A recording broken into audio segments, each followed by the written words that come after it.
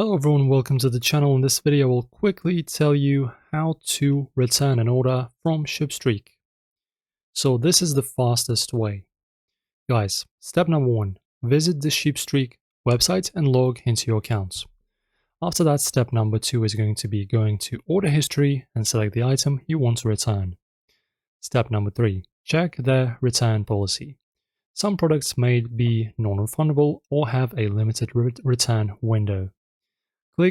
Step number 4, click on the request a return or follow the on-screen instructions. Step number 5, print the return label, if provided, and package the item securely. Step number 6, which is final, drop off the package at the designated shipping carrier. And in terms of the important notes that I have also for you guys, some returns may require customer service approval, so check your email for updates. Refunds usually take a few business days after the return is processed. And that's how you return a Shipstreak order easily. If this helped, like and subscribe for more online shopping tips, and thanks for watching.